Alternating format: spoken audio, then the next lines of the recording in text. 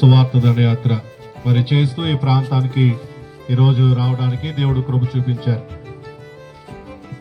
ఒకసారి ఒక యుద్ధ రంగంలో మరి వేరొక వీళ్ళకి యుద్ధం జరుగుతుంది. యుద్ధం జరుగుతున్నప్పుడు అందరూ సైనికులందరూ కూడా ఆ యుద్ధ రంగంలో నిలబడి పోరాడుతూ ఉన్నారు. అయితే ఒక ఆయన మాత్రం ఆ గుడారంలో నుంచి బయటికి రాలేదట. బయటికి రానప్పుడు సైనికులు వచ్చి ఆ యొక్క సైన్యాధిపతికి చెప్పారంట, అయ్యా మరి అందరూ కూడా యుద్ధ రంగంలో ఉన్నారు కానీ ఒకడు మాత్రం గుడారంలో ఉండిపోయాడు అని చెప్తే ఆయనకి కోపం వచ్చిందంట. అరే యుద్ధం చేయాల్సిన టైంలో మరి ఇలాగా రాకపోవడం ఏంటి అని చెప్పి వెళ్ళి అక్కడికి వెళ్ళాడంట. గుడారం దగ్గరికి వెళ్ళాడు. ఆ లోపల ఉన్నటువంటి ఒక వ్యక్తి చక్కగా ఆరాంసేపు పడుకుని శుభ్రంగా కాలు మీద కాలు వేసుకొని శుభ్రంగా పడుకున్నాడంట.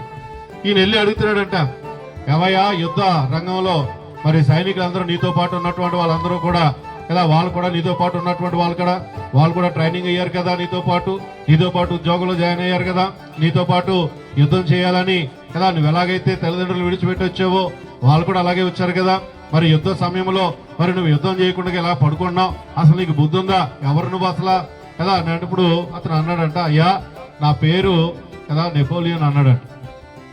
ఈ లాగి పెట్టి ఒకటి కొట్టాడంట. ఎందుకంటే ఈ సైన్యాధిపతి పేరు కూడా ఇంచుమించు అదే పేరు. ఆయన అన్నాడంట, నా పేరు పెట్టుకుని నీ సిగ్గులేదా నీకు, నా పేరు పెట్టుకుని ఎలాగ నువ్వు మౌనంగా ఉండగలుగుతున్నావు కదా, నేనైతే రోషం కలిగినటువంటి వాడిని కదా, అందరిని ముందుండి నడిపించేటువంటి వాడిని, నా పేరు పెట్టుకున్నావు, పైగా నా పేరు పెట్టుకుని శుభ్రంగా పడుకుంటున్నావు యుద్ధ రంగంలో ముందుకు వెళ్ళకుండగా అని చెప్పి మరి చాలా అతన్ని తిట్టినట్లుగా మనం చూస్తాం. ప్రియమైనటువంటి వాళ్ళ నిజమే, ఈ రోజున మన పరిస్థితి కూడా అలాగే ఉంటా ఉంది. దేవుని ఎరిగినటువంటి వారుగా ఉంటా ఉన్నాం. దేవుడు తెలుసండి మాకు, మందిరం పక్క నుంచి వెళ్ళిపోతున్నామండి, మందిరం మా ఇంటి పక్కనండి, మా ఇంటి చుట్టూరు 4 మందిరాలు ఉన్నాయండి అని అంటున్నావు. కానీ ఆ వచ్చేటువంటి వాక్యము హృదయంలోకి వెల్లడిస్తా ఉన్నావా? ఆ వాక్యం ద్వారా కదా మార్పు చెందేటువంటి పరిస్థితులు ఏమైనా కనపడతా ఉన్నాయా? జీవితం ఏమైనా మార్పు చెందుతా ఉందా? పరిస్థితులు మారుతూ ఉన్నాయి. ఇప్పుడు మనం చూస్తా ఉన్న వాతావరణ పరిస్థితులు మారుతా ఉన్నాయి కదా, మన చుట్టూ ఉన్నటువంటి పరిస్థితులు మారుతూ ఉన్నాయి. కానీ మారంది ఎవరు రానంటే దేవుడు తెలుసు అని అనుకుంటా మరి భ్రమలో ఉండిపోతున్నటువంటి వాళ్ళు ఈ రోజున ప్రియమైనటువంటి వారులారా మేల్కొలవలసినటువంటి అవసరం ఎంతైనా ఉంది. నిద్రపోతున్నటువంటి పరిస్థితులు ఉన్నటువంటి నువ్వు నేను మనము మేల్కొలవలసినటువంటి అవసరం ఎంతైనా ఉంది.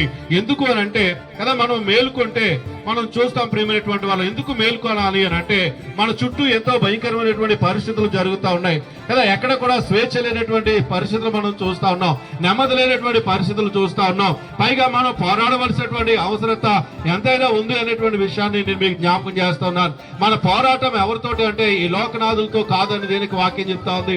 మన యొక్క పోరాటము అంధకార సంబంధమైనటువంటి వారితో మనం పోరాడుతూ ఉన్నాం, దురాత్మల సమూహంతో మనం పోరాడుతూ ఉన్నాం. దేనికి వాక్యం చెప్తుంది, క్రైస్తవుడు అయినందుకు నువ్వు సిగ్గుపడనక్కర్లేదు అని. ఈ రోజు ప్రియ దేవుని బిడ్డ, ప్రార్థించవలసిన సమయంలో నిద్రపోతా ఉన్నాం, అందుకనే నీ కుటుంబంలో నెమ్మది లేదు.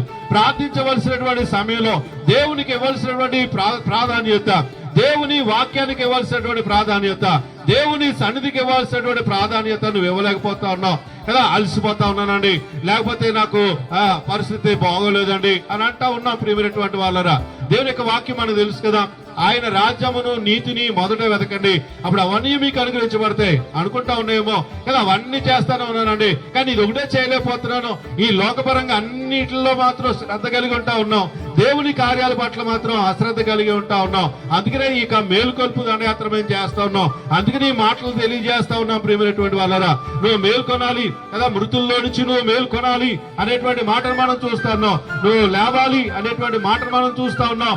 ఎందుకు అని అంటే కదా, దేవుని యొక్క నామము రోషం కలిగినటువంటి దేవుడు ఆయన పేరు పెట్టుకున్నటువంటి వారుగా మనం జీవిస్తా ఉన్నప్పుడు మన బ్రతుకు కూడా అలాగనే ఉండనట్లుగా అనేక మందికి దీవెనకరంగా ఉండాలి, అనేక మందికి ఆశీర్వాదకరంగా ఉండాలని దేవుడు నన్ను మనల్ని రక్షించాడు. ప్రియమైనటువంటి వాళ్ళరా, ఈ రోజు దేవుని యొక్క వాక్యం తెలుసు, దేవుని యొక్క మందిరం అని తెలుసు, కానీ ప్రార్థన ఏమీ లేకుండా కదా మందిరానికి వెళ్ళడం వచ్చేయటం, అక్కడ ఏదో 2 పాటలు పాడడం వచ్చేయటం, ఇదే నా భక్తి అని అంటే కానే కాదు. ప్రియమైనటువంటి వాళ్ళు, అంతకు మించి నువ్వు చెయ్యాలి.